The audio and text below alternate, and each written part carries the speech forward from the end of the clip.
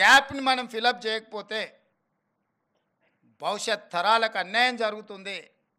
తెలంగాణ రాష్ట్రంలో ఉన్న యువత నిర్వీర్యం అవుతారు. అందుకే ఈరోజు మీ అందరికీ నా విజ్ఞప్తి ఒకటే. ఇప్పుడు గ్లోబల్ సమ్మిట్ ఆర్టిఫిషియల్ ఇంటెలిజెన్స్ మీద మనం మాట్లాడుకున్నాం. నేనేం పెద్ద ఇంజనీర్ని కాదు, పెద్ద మేధావిని కాదు. కాకపోతే భవిష్యత్ అవసరాల గురించి మేధావులు చెప్పినప్పుడు విన్న దాంట్లో ఒక లాజిక్ని కనెక్ట్ అయితే ఆ లాజిక్తోని మనం ముందుకు వెళ్ళడానికి పొలిటికల్ ఎగ్జిక్యూటివ్ డెసిషన్ తీసుకోవడమే మా బాధ్యత. ఈరోజు ఫామ్ అయిన ఐటీ తర్వాత ఆర్టిఫిషియల్ ఇంటెలిజెన్స్ అనేది దేశాన్ని, ప్రపంచాన్ని నడిపించబోతుంది.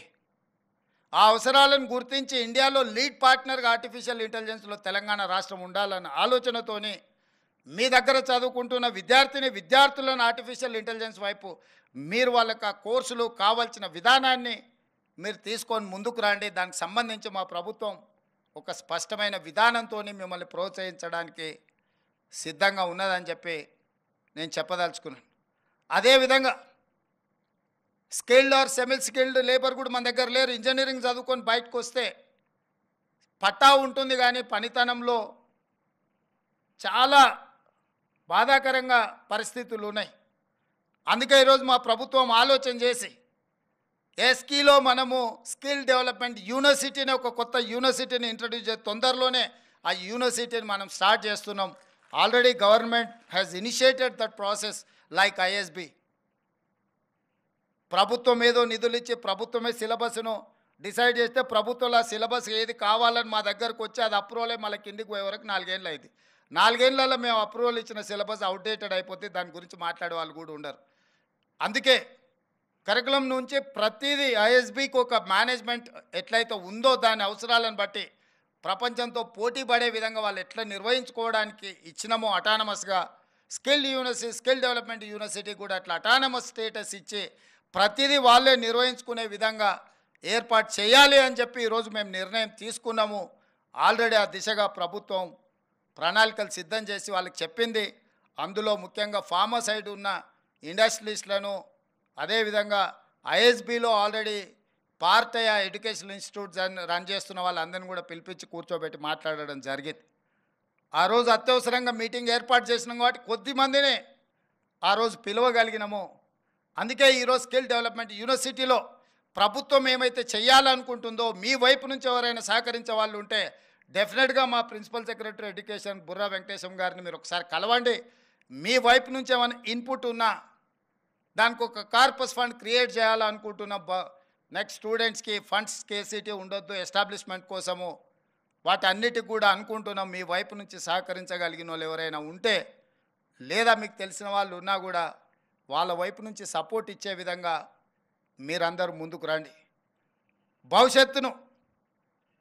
భవిష్యత్తులో తెలంగాణ లేదా పక్క రాష్ట్రంతో పోటీ పడడం కాదు, నేను పదే చెప్తున్న పక్క రాష్ట్రాలతో పోటీ పడే పరిస్థితి నుంచి ప్రపంచంతోనే పోటీ పడే విధంగా మన రాష్ట్రం ఎదగాలి. ఎదగడానికి అవసరమైన ప్రణాళికలు, విధానాలు మేము తీసుకొస్తాము, అమలు చేసే బాధ్యత మీది.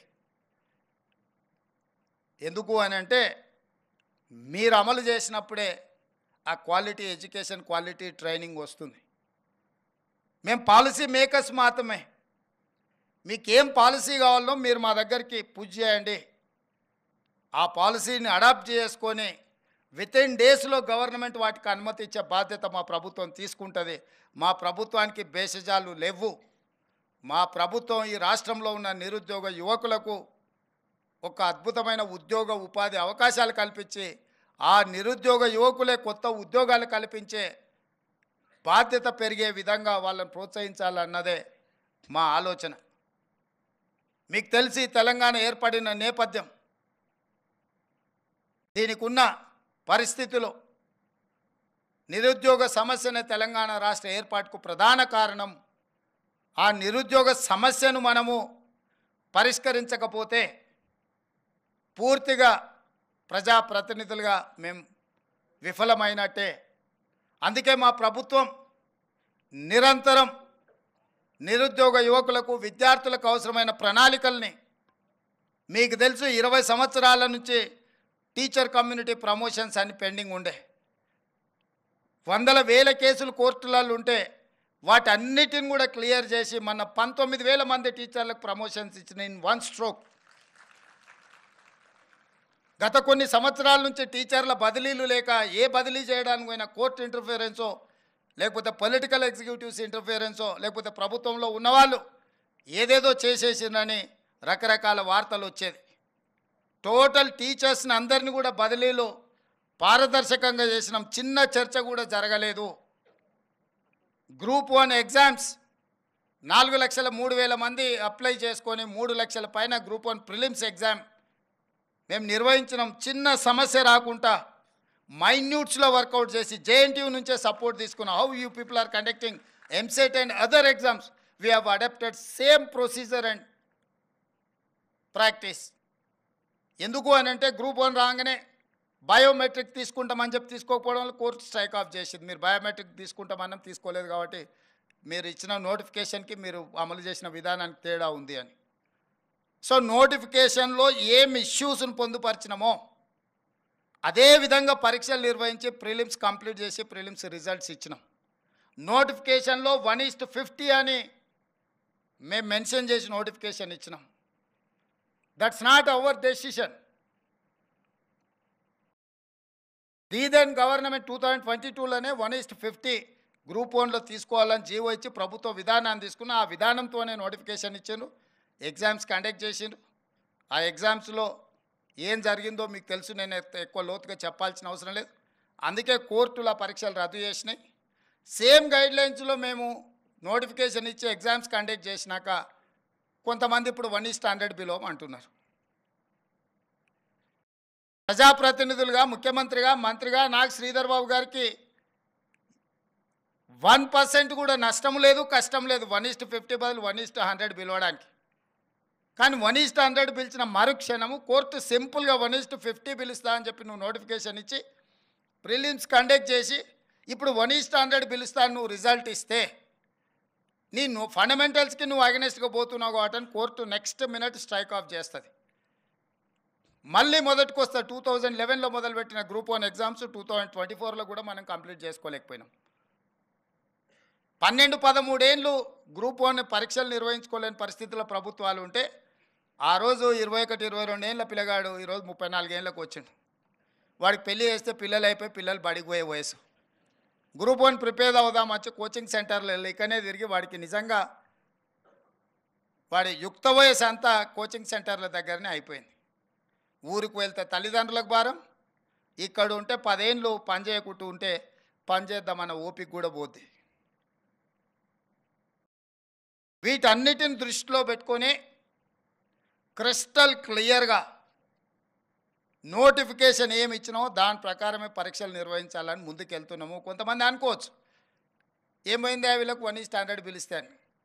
1:50 లాగా అన్ని ఏర్పాట్లు అయిపోయినాయి. మీకు తెలుసు జేఎన్టీయూ పర్టికులర్గా ఎంతమంది స్టూడెంట్స్ ఉన్నారు, ఎన్ని హాల్ టికెట్లు ఇవ్వాలి, ఎన్ని సెంటర్లలో ఎగ్జామ్స్ నిర్వహించాలి, ఎన్ని బయోమెట్రిక్ ఎక్విప్మెంట్ ఉండాలి, ఎవరు ట్రైన్ చేయాలి, ఎవరు వెళ్ళాలి, ఎవరు మీకు ఇన్విజిలేటర్స్కి ఉండాలి, ఒక వ్యవస్థ ఏర్పాటు చేసుకున్నాక సడన్గా దాన్ని నెక్స్ట్ లెవెల్లో నెక్స్ట్ విధానం మార్చుకుంటే మళ్ళీ అదంతా సమకూర్చుకోవడానికి ఎంత సమయం పడుతుంది, ఎట్లా విద్యార్థుల యొక్క జీవితాలతోని మన విధానాలు దుందుడుకుగా మార్చుకుంటే ఎంత ప్రభావం చూపిస్తుందో ఇది ఆలోచన చేయాలి.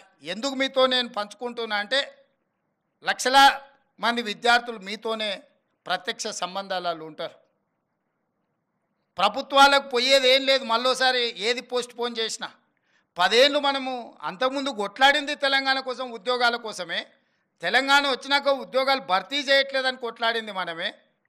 ఇవాళ ప్రభుత్వం ఒక క్యాలెండర్ డేట్స్ ప్రకారం గ్రూప్ 1 కానీ, డిఎస్సి కానీ, గ్రూప్ 2 కానీ, గ్రూప్ 3 కానీ పకడ్బందీగా ఒకదానికొకటి ఇబ్బంది జరగకుండా ఒక ప్రణాళికాబద్ధంగా పరీక్షలు నిర్వహిస్తుంటే ఇప్పుడు ఆశ్చర్యకరంగా పరీక్షలు వాయిదా వేయండి అని కొట్లాడుతున్నారు. ఇంతకాలం 10 ఏళ్ళు మనం కొట్లాడింది పరీక్షలు పెట్టండి, పరీక్షలు పెడతారా లేదా, మేము ముదిరిపోతున్నాం, బెండకాయ ముదిరిపోయిన పిల్లగానికి వయసు మీద పడ్డ దేనికి పనికి రాకుండా పోతాడని ఇంతకాలం కొట్లాడి ఇప్పుడు అంటారు లేదు నువ్వు వాయిదా లేయని. డిఎస్సి నోటిఫికేషన్ 2 సంవత్సరాల కింద ఇచ్చిన నోటిఫికేషన్, 2 సంవత్సరాల నుంచి డిఎస్సి నోటిఫికేషన్ పరీక్షలు నిర్వహించకపోవడం వల్ల పిల్లలందరిలో అన్రెస్ట్ పేరుకుపోయింది. రెండేళ్ల నుంచి వాళ్ళు డిఎస్సి కోసం ప్రిపేర్ అవుతున్నారు.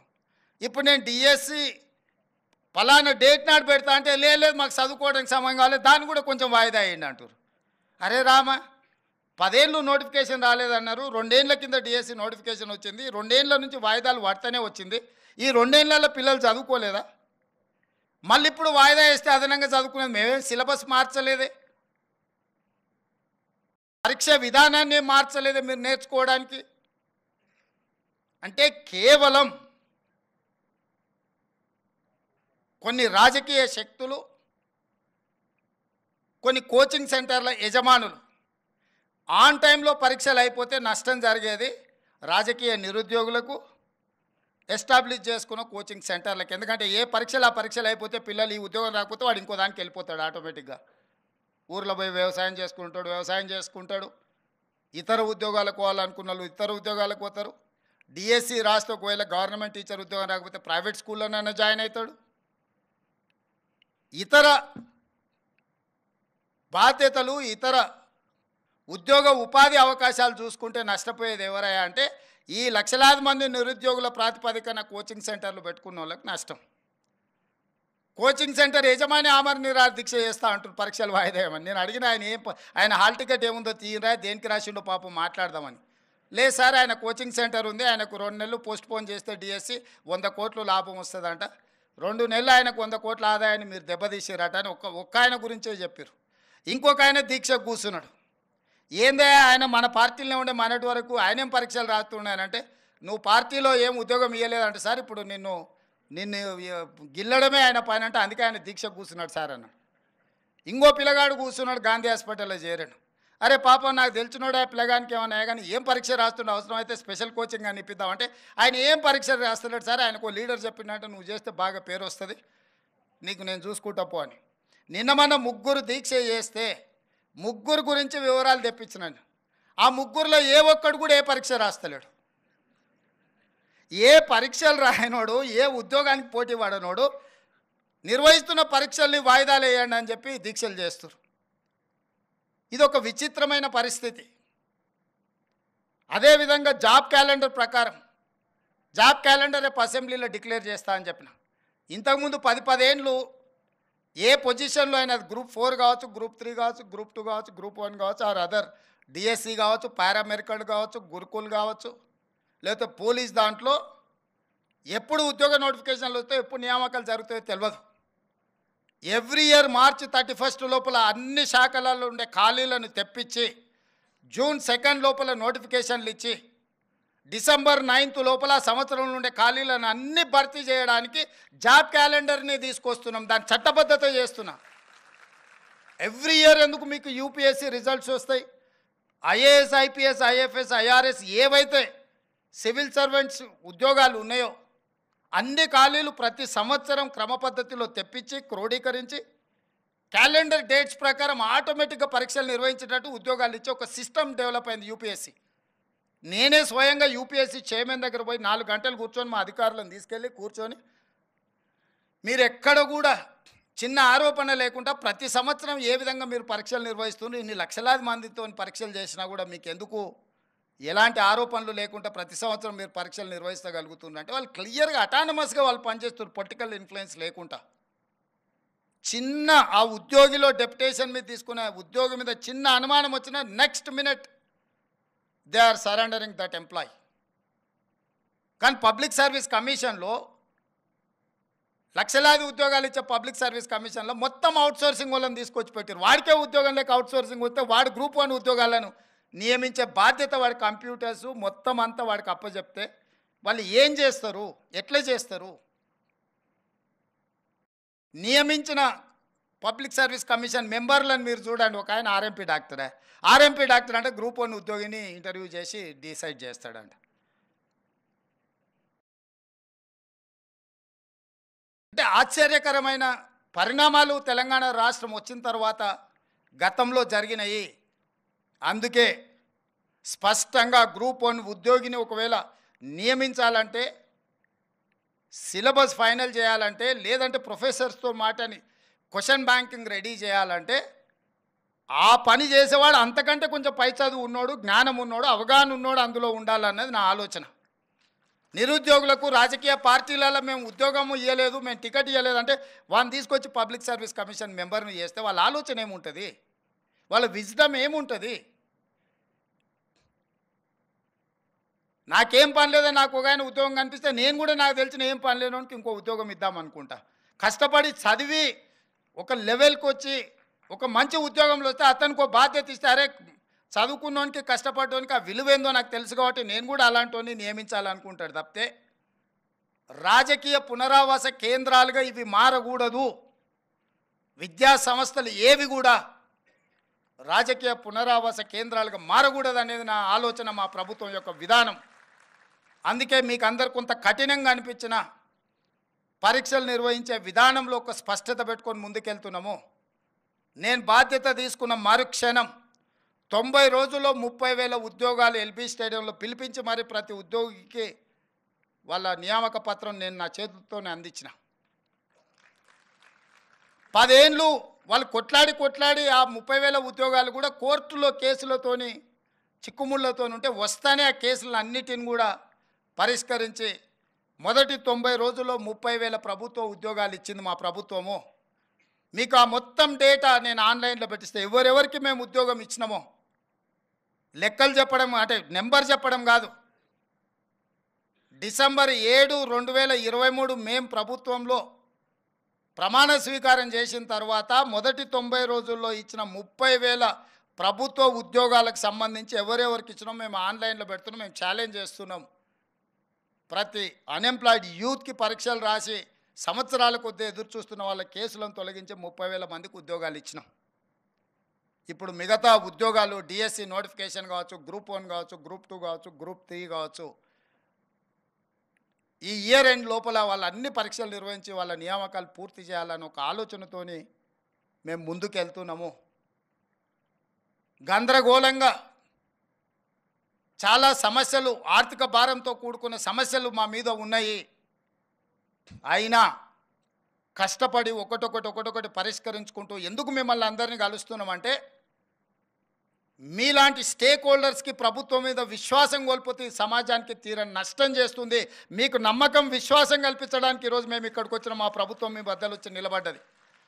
తప్పు చేయాలన్న ఆలోచన కానీ తప్పుడు విధానాలను ప్రోత్సహించాలన్న ఆలోచన మాకు లేదు. అందుకే మీ మధ్యలో వచ్చి నిలబడ్డాము.